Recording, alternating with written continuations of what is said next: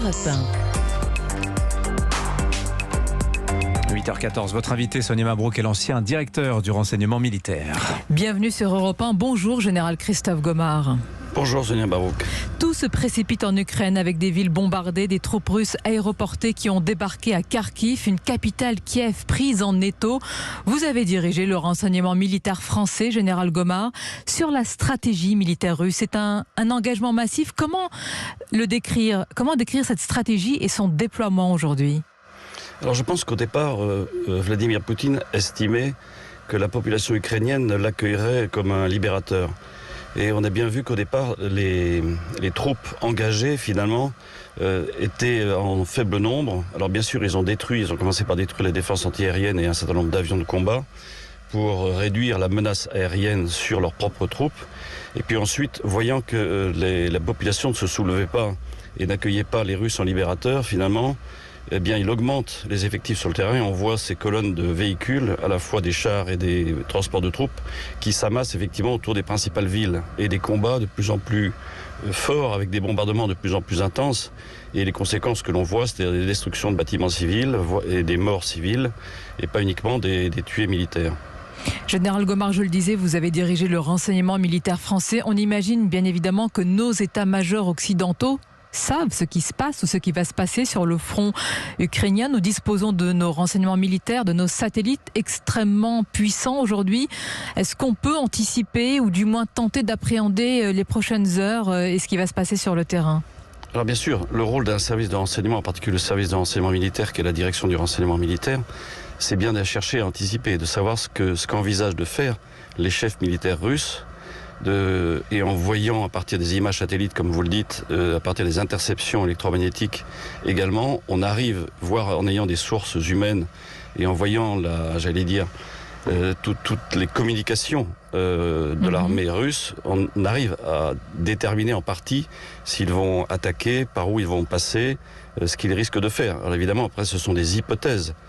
Parce qu'on n'est jamais dans la tête ni à la place des chefs militaires russes qui sont sur le terrain. Et sur le papier, la différence entre les forces russes engagées en Ukraine par rapport aux forces ukrainiennes, cette différence, elle est énorme. Combien de temps une résistance fut-elle déterminée et ô combien courageuse comme la résistance ukrainienne, combien elle peut résister à une armée bien plus puissante, général Gomard ? Alors ce que l'on peut voir et qui est assez intéressant, c'est que je pense que Vladimir Poutine aura réussi à créer une nation ukrainienne et à créer un esprit patriotique ukrainien.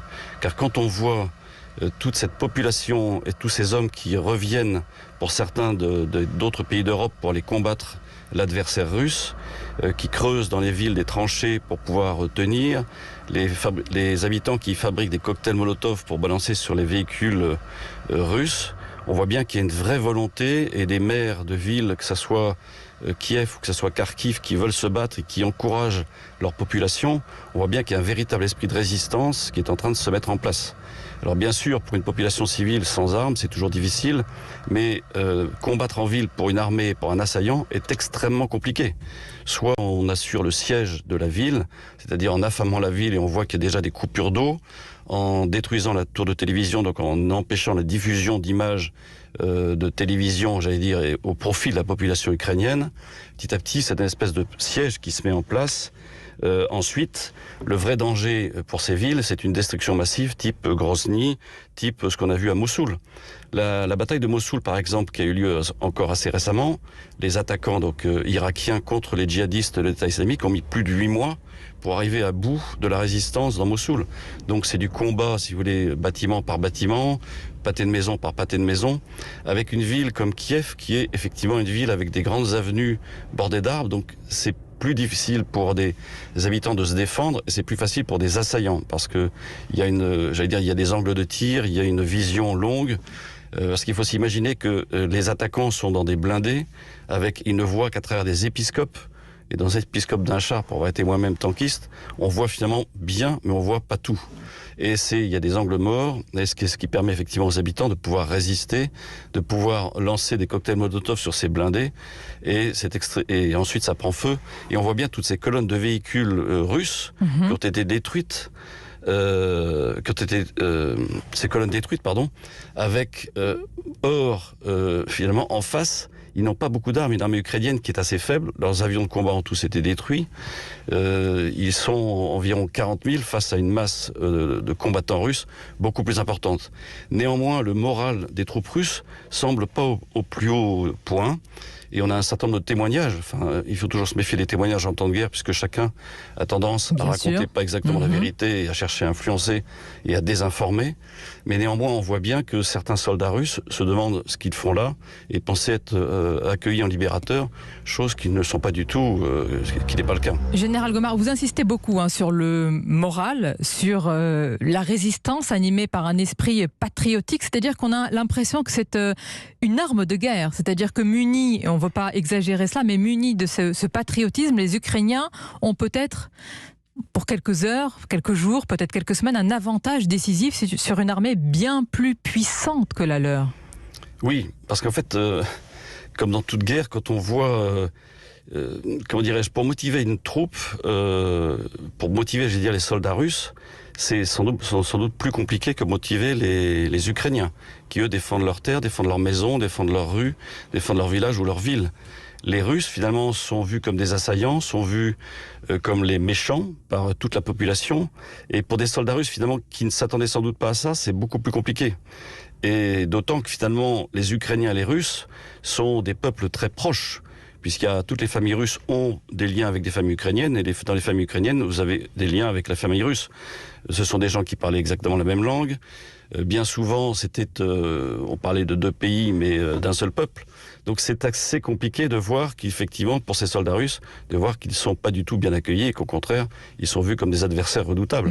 Et on parlerait d'une guerre, dans ce cas-là, fratricide. Mais vous êtes un militaire, Général Gomard, vous savez, vous, ce qu'est vraiment la guerre et ses conséquences. Êtes-vous interpellé, étonné par certains discours, notamment en France, qui sont clairement des discours va-t-en-guerre, comme s'il y avait une forme de passion romanesque pour les guerres, malgré ce que l'on voit, les bombardements, les civils. Est-ce que vous êtes aujourd'hui interpellé, étonné par ces discours et ces propos parfois ? Oui. Quand on sait ce qu'est la guerre, quand on a connu la guerre, et ce qui était un peu mon cas dans différents pays, heureusement ce n'était pas en France, c'est vrai quand on voit les destructions, les conséquences sur les populations civiles, c'est dur. Une guerre est toujours atroce. On sait quand ça commence, on ne sait absolument pas quand ça se termine. Avec toutes des exactions, avec des crimes de guerre, et on voit bien que certains endroits, tout est possible. C'est-à-dire que les dérapages sont malheureusement le lot de l'homme et des bassesses de l'homme. Donc oui, une guerre est assez atroce. Je suis surpris qu'effectivement on pousse à s'engager. Heureusement, il y a des débuts de négociations. Est-ce que ces négociations aboutiront? Je l'espère. Le plus tôt possible, évidemment, ce qui éviterait des morts et des tués supplémentaires et qui éviterait à l'Ukraine de se sentir dépecée et, à la Russie de pouvoir mettre en place un pouvoir fantoche. C'est important de vous l'entendre dire, Général. Vous qui avez connu tout cela, vous dites, attention, les négociations restent toujours et il faut continuer évidemment à espérer, à essayer. Alors Poutine est l'agresseur et l'envahisseur, il n'y a aucun doute là-dessus. Peut-on toutefois, Général, s'interroger, et là il faut un peu de recul, en cette période c'est compliqué, mais est-ce qu'on peut s'interroger sur la stratégie de l'OTAN les dernières années? Y a-t-il eu, de votre point de vue, une expansion de l'Alliance vers l'Est? Oui, c'est indéniable. C'est ce que je disais l'autre jour là, chez Jean-Pierre Ricalbach sur son émission Repère. C'est indéniable qu'il y a eu petit à petit une volonté de l'OTAN de faire adhérer un certain nombre de pays, mais à la demande de ces pays en même temps. C'est-à-dire que suite, à la fin du pacte de Varsovie et à la chute du mur de Berlin, un certain nombre de pays ont voulu rejoindre cette alliance, qui est une alliance en fait défensive, qu'aujourd'hui certains voient comme offensive en effet, puisque c'est l'OTAN qui est intervenu en Afghanistan, c'est l'OTAN qui est intervenu en Libye, même si c'est certains pays parmi l'organisation du traité de l'Atlantique Nord. Mais et il est logique finalement que tous ces pays comme la Pologne, la Roumanie, les pays baltes, la Slovaquie, la République tchèque aient voulu rejoindre finalement l'OTAN. Mais en même temps, les Russes voyaient ça un peu comme une agression, ce que l'on peut comprendre, même si l'OTAN se voulait absolument défensive face à une potentielle réattaque de la Russie, et on voit en effet que c'est ce qui arrive aujourd'hui puisque la Russie attaque l'Ukraine.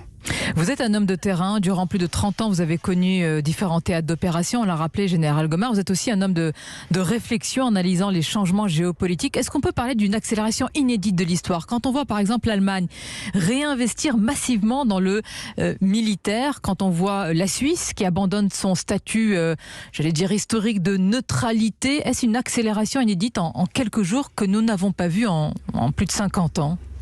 Alors, ce qui est assez étonnant, en effet, et vous avez raison de le souligner, Vladimir Poutine aura réussi finalement dans son combat contre l'Ukraine à non seulement créer un sentiment patriotique ukrainien et donc une âme ukrainienne, mais également un resserrement des pays de l'OTAN et d'une Europe qui finalement a découvert que la guerre continuait d'exister, alors qu'on n'avait pas eu de guerre sur notre sol, enfin sur le sol européen depuis longtemps, à l'exception de ce qui s'est passé en Yougoslavie, enfin en ex-Yougoslavie.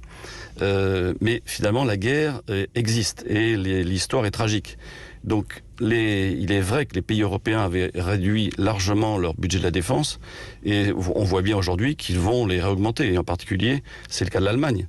L'Allemagne qui a décidé d'envoyer des armes offensives aux Ukrainiens, chose qu'ils n'avaient pas faite depuis la fin de la Seconde Guerre mondiale. Donc c'est un réveil brutal de l'Europe, de l'Allemagne. Va-t-on jusqu'à dire que c'est une Europe de la défense? Rappelons que c'est toujours sous le parapluie de l'OTAN et américain.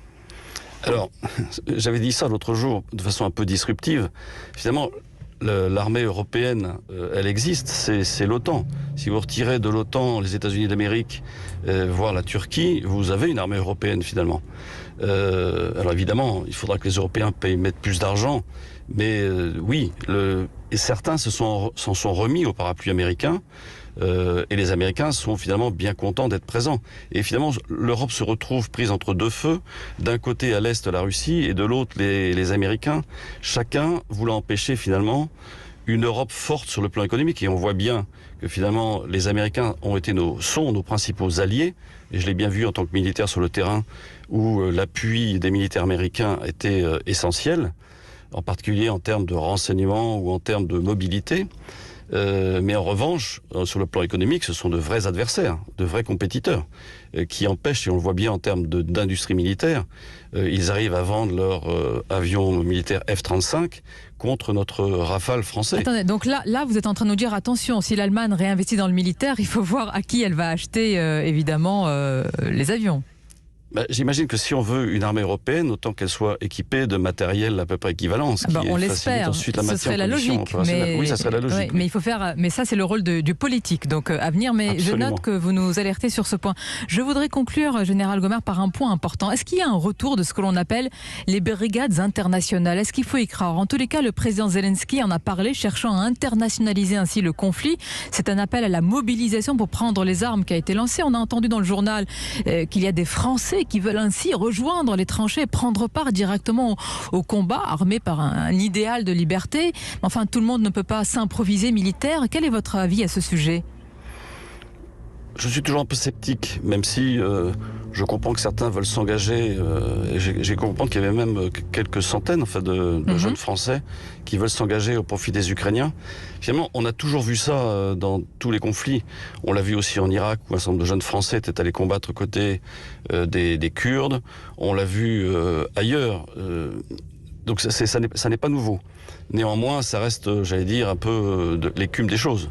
C'est peu au regard effectivement du nombre de combattants dont l'armée ukrainienne aurait besoin. Bien sûr, je vous remercie, Général Christophe Gomard, d'avoir répondu à nos questions ce matin, de nous avoir livré votre réflexion. Bonne journée à vous et je remercie également Jean-Luc Boujon qui nous a permis de réaliser ce duplex dans de très bonnes conditions. Bonne journée.